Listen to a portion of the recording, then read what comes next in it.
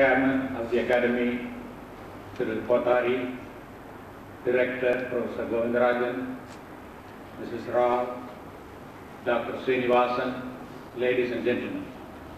I am extremely happy to participate in this pleasant function. Even at the outset, I should congratulate the establishment, especially Thiru Kothari and Professor Govindarajan, on their having agreed to establish this recognized center. Besides congratulating, I should express my thanks on behalf of the Board of Management of Indira Gandhi National Open University for that kind gesture. Mr. Chairman, in this country we have many people who render advice, asked or unasked. We have more people who criticize what is being done by others.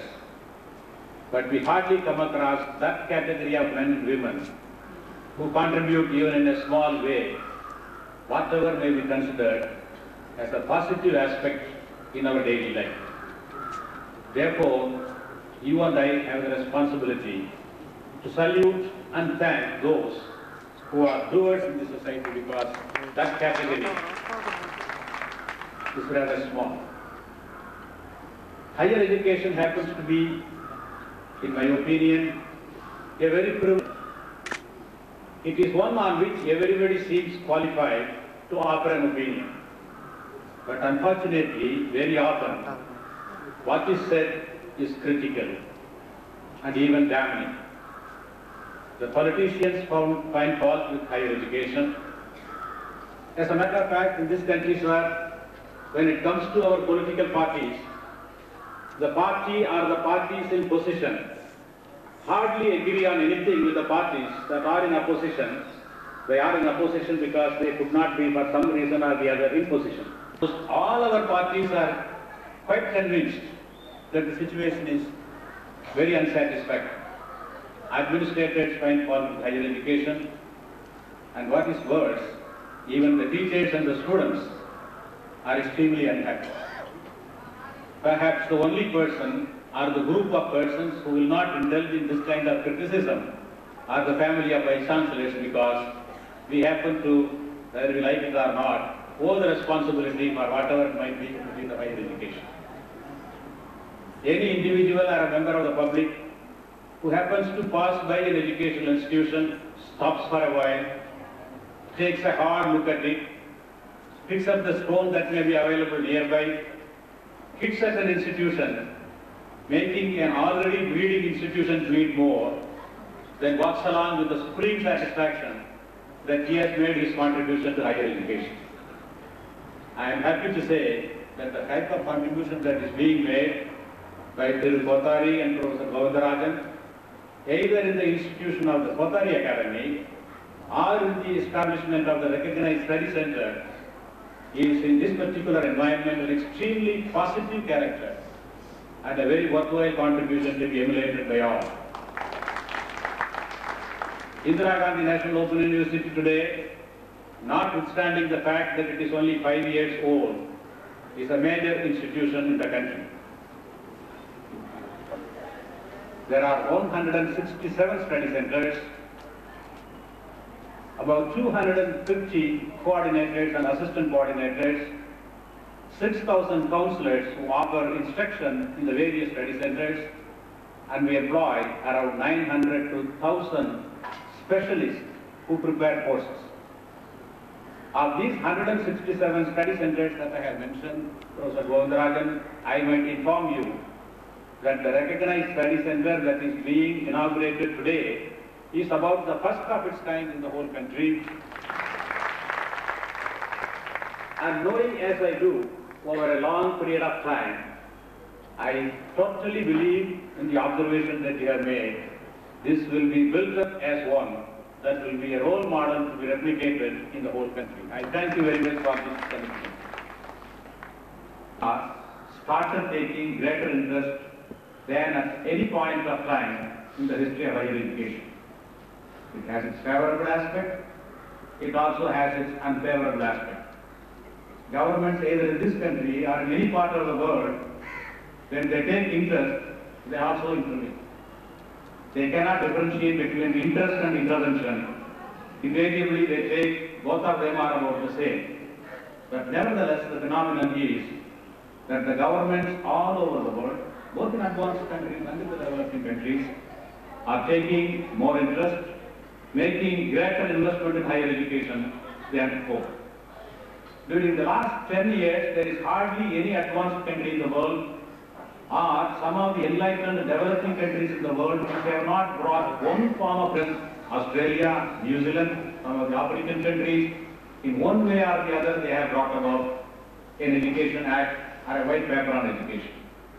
And if you take India, I could quote fairly a series of reforms, starting with the Higher Education Commission headed by Dr. Radhakrishnan in 1948, Education Commission under the Kothari in 64-66, the new education policy at that time, 1968, and then the education policy of 1986.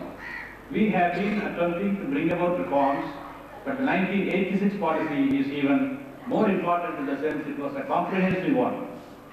But somehow preparing reports and constituting committees and commissions have been an end in itself, and therefore we had another committee under the chairmanship of Mr. Ramamurthy constituted last year, and he has also produced a fairly voluminous report.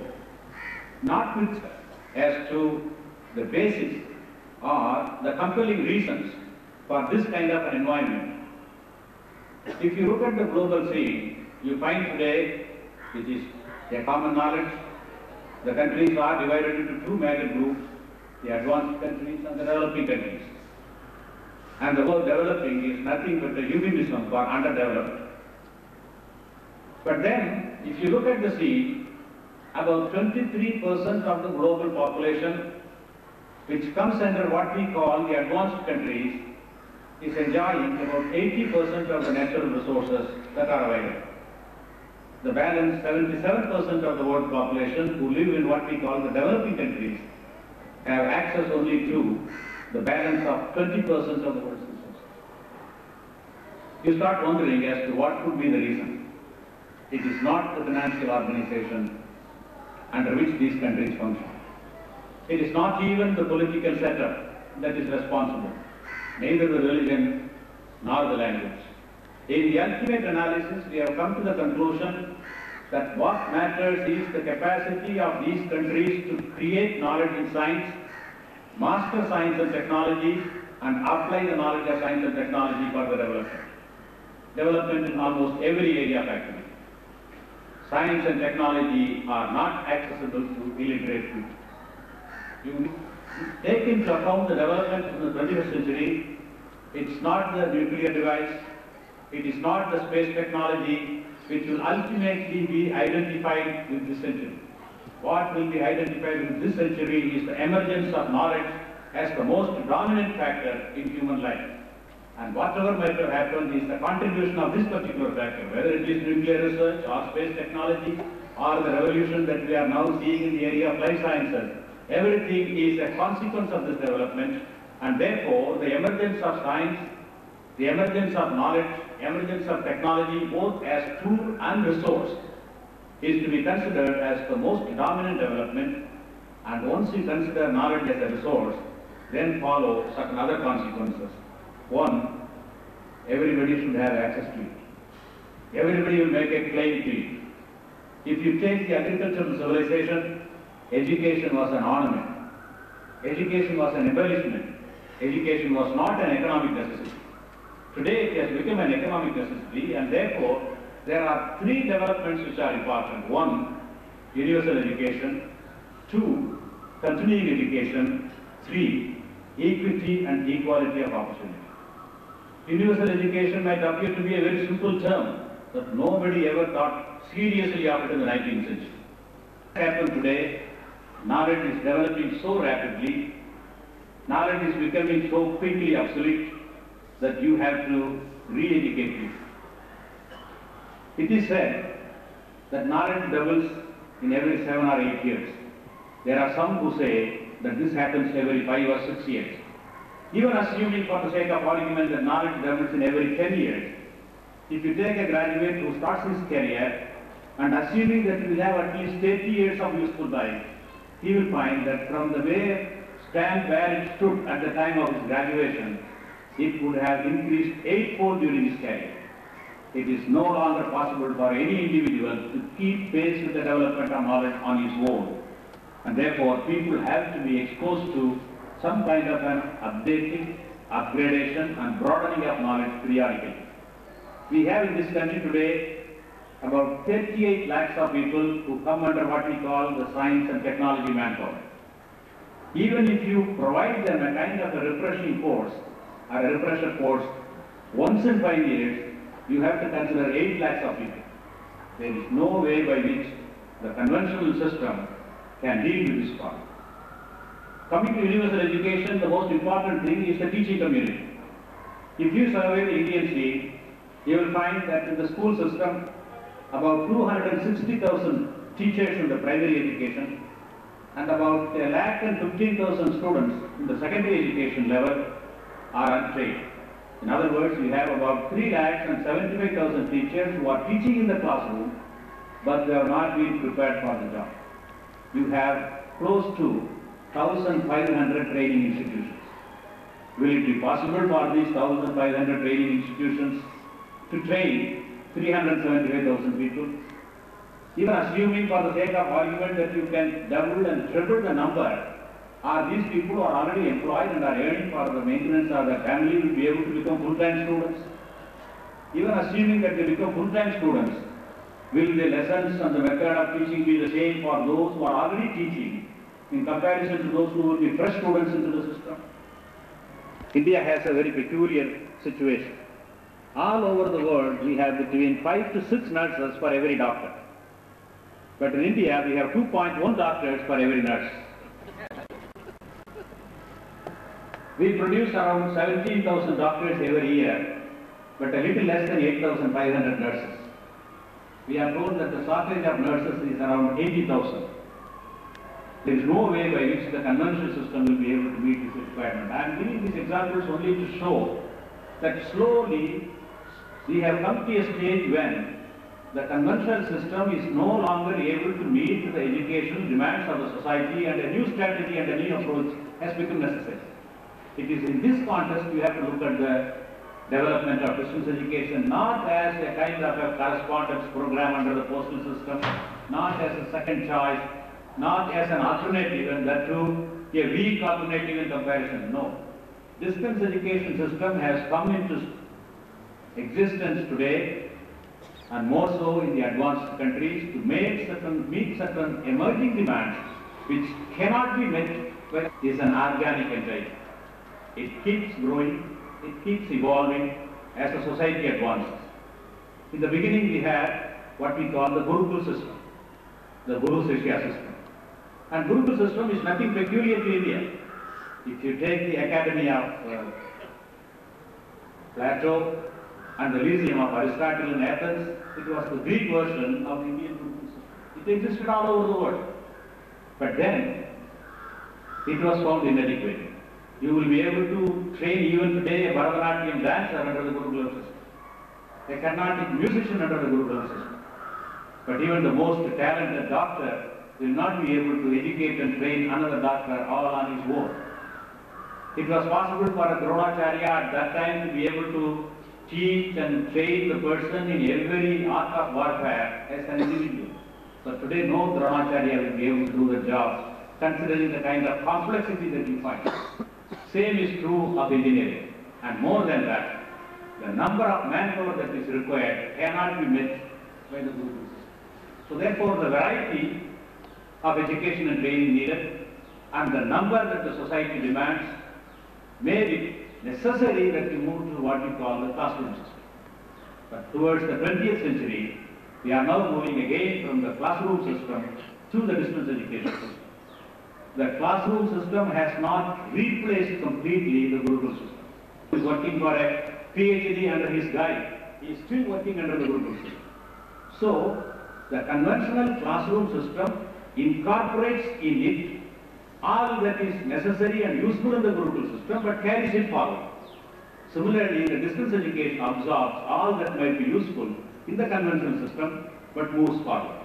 The most important thing is that distance education system by and large signifies the transformation of education from craft to technology. I would like to emphasize this point. It was towards the end of the 18th century that industrial civilization was ushered in. From then onwards, every area of activity has made use of science and technology and has made use of what we call the industrial components. Whether it is agriculture, whether it is industry, you survey any area of activity. It has made use of science and technology and by that process increased productivity. Education alone has for some reason or the other till recently failed to make use of science and technology, failed to employ science and technology. Even the most gifted scientists and technologists, when he enters the classroom, he is satisfied with the very old A4, duster, chalk and the blackboard. There is hardly anything that resembles technology as far as that particular occupation is concerned. A doctor doesn't make use of the same tool even as he did 20 years back, 10 years back. But any teacher who might possibly have retired in the beginning of this century, if he happens to be alive and enters the classroom, he will feel quite at home as far as the teaching technology is concerned. And productivity in education has remained stagnant over a long period of time. For the first time, distance education marks increase in productivity in the system of education, and without that, it will not be possible for us to meet the demands of education. We have about 500 crores of people in the world. We are told that about 100 crores of adults need to be educated, and we have about 100 crores of people who are in the age of school-going children who need to be educated. So that itself marks 40% of the total population. And if you think in terms of the continuing education needs, you will find that 50% of the population will have to be in the classroom. No society will be able to provide this need unless you resort to a method that will increase the productivity and ensure higher productivity. It is here that we find that distance education system has come to play a role. I made a reference to equity and equality of opportunities.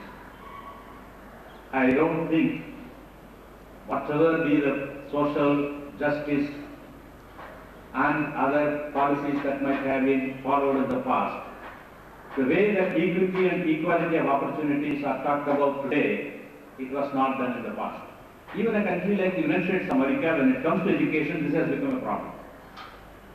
Whatever be the effort that you might make, unless you bring about a radical change in the method and the strategy of education itself, you will not be able to meet this requirement. You might only bring about tension, you might bring about dissatisfaction, a kind of a discord, but you may not be able to go very far.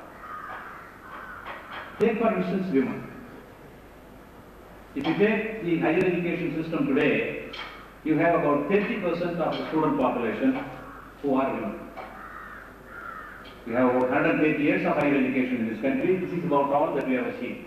But lack of number of colleges, it is certain constraint with regard to accessibility of education for women which is responsible for this kind of situation. We have now realized that unless you provide the opportunity for women, economic development or for that matter any development may not be easily possible. So therefore, we come to the distance education. As I said earlier, it has only about 2 decades of history. Today, the percentage of women in distance education is 41 in comparison to 31 in the conventional system.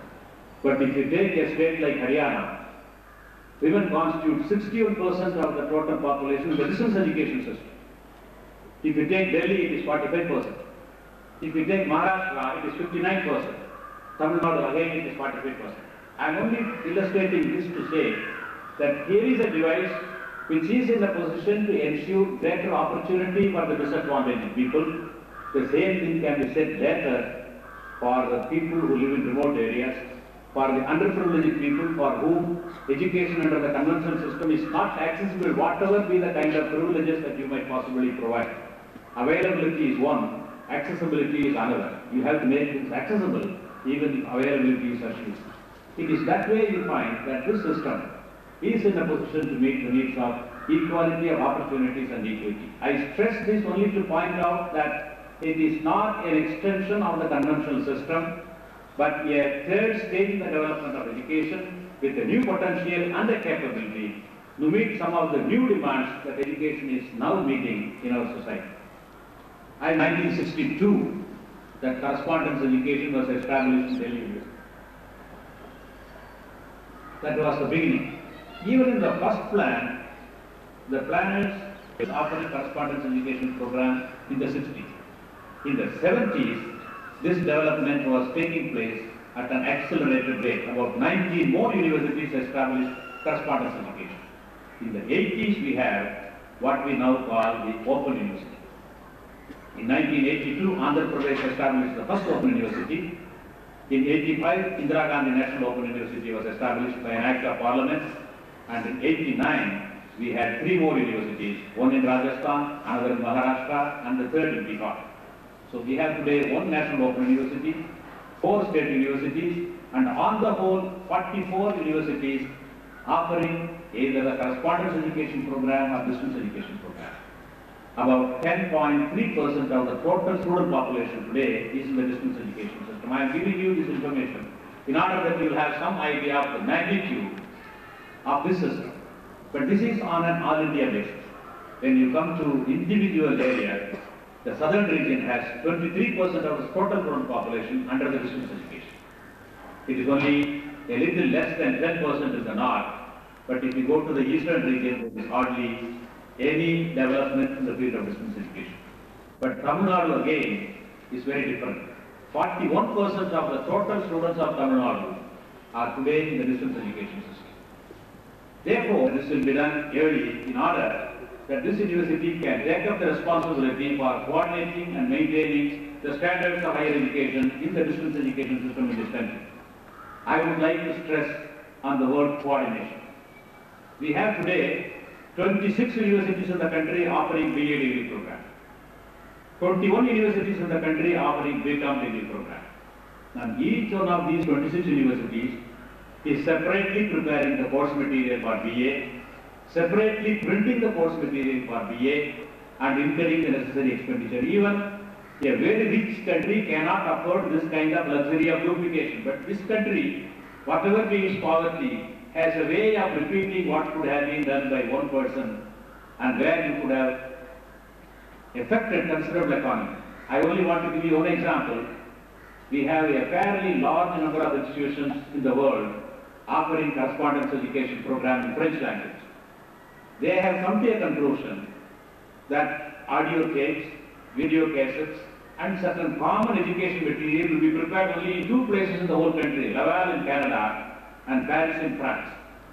Only such material as may be required locally will be prepared by individual institutions, and all other things that can be common will be ordered from these 2 centers.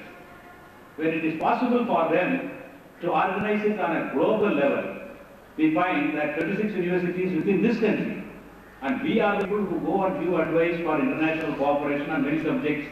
There are many of our experts who keep moving from this country every other day in order to advise other countries to bring about what they call the North-South cooperation, cooperation among the developing countries.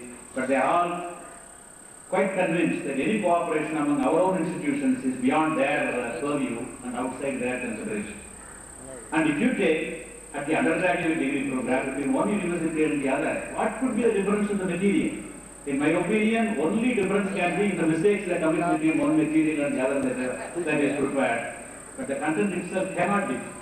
But somehow it has not been possible for us to ensure that this kind of a collaboration is brought about. The material is prepared and printed in one place and made available to the other universities, maybe on a common understanding. Australia had a little more than 40 universities offering distance education programs. The material, they reimburse up to 85%. So therefore, when Indira Gandhi National Open University will be able to take up this kind of a responsibility, it may be possible to bring about 1, economy in offering the program, number 2, maintenance of certain standards, and an integrated planning as far as distance education is concerned. There are 1 or 2 more aspects that I would like to refer to before I conclude. Again, there is a kind of an impression that the courses offered under the distance education system are inferior in quality in comparison to the conventional system.